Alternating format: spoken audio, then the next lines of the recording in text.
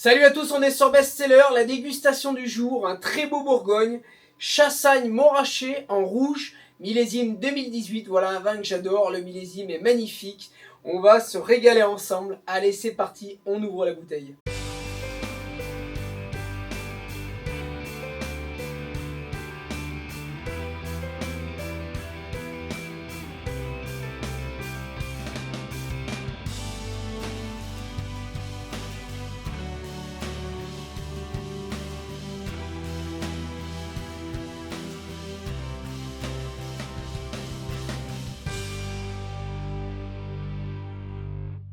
Après quelques heures d'aération, on se retrouve enfin pour la dégustation. Ce vin qui fait vraiment très envie. Je vois que pour un pinot noir, on a beaucoup de matière. Faut pas oublier que le pinot noir est un raisin noir à jus blanc et que généralement, il y a assez peu de matière. Là, on a un vin qui est quand même très dense, très structuré, avec beaucoup de profondeur. Je suis assez surpris. Là, au nez, c'est flagrant déjà, ça en dégage, ça en envoie beaucoup, donc c'est très flatteur. Chassagne-Montrachet, l'ami Pillot, Champ de Morgeau, millésime 2018. Donc un domaine avec qui je travaille depuis quand même pas mal d'années. Et c'est vrai que 2018 m'a quand même bluffé, hein. J'ai goûté 2019, j'ai goûté 2020, 2021 que j'ai trouvé quand même relativement floral, vraiment sur le côté végétal, qui était moins en ma convenance. D'ailleurs, on avait un peu plus un vin qui tirait avec une couleur un peu plus violine, ça changeait complètement. Alors que celui-ci est très noir, très dense. On a un nez qui se rapproche du bois, des fruits noirs, ça fait presque bordelais, hein. Moi, je sens que je vais adorer, je l'ai déjà goûté. J'avais adoré quand j'avais goûté il y a 2 ans. 2020 m'avait bien plu aussi, mais c'était encore différent. Je pense que celui-ci est vraiment mon millésime favori. J'ai quand même de la chance parce que je pense que ça s'entend la vidéo, je suis un petit peu enrhumé.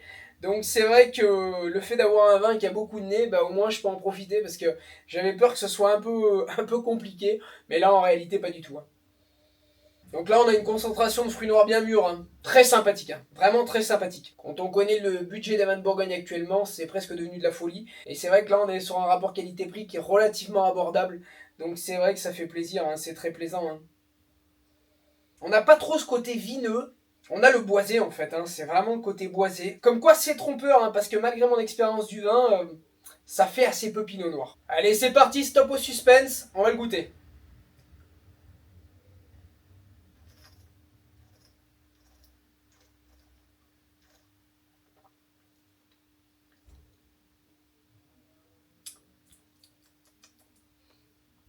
C'est un régal.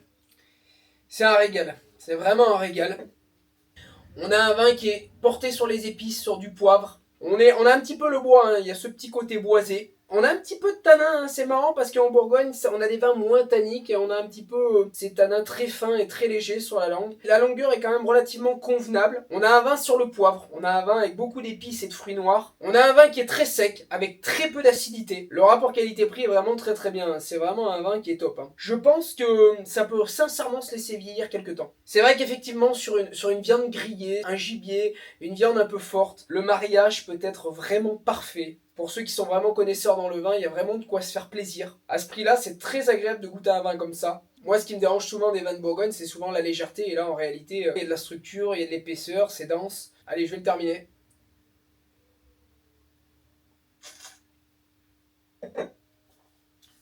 En tout cas, Chassagne-Montrachet, millésime 2018, Champ de Morgeau, c'est pour moi le plus beau des millésimes que j'ai goûté de cette maison, l'ami Pillot. Vivino lui met la note de 4,2. Moi, je vais lui mettre 4,3. Parce que sincèrement, il les mérite largement. En tout cas, j'espère que cette vidéo vous aura plu. Je vous dis à très bientôt sur Bestseller. Ciao tout le monde!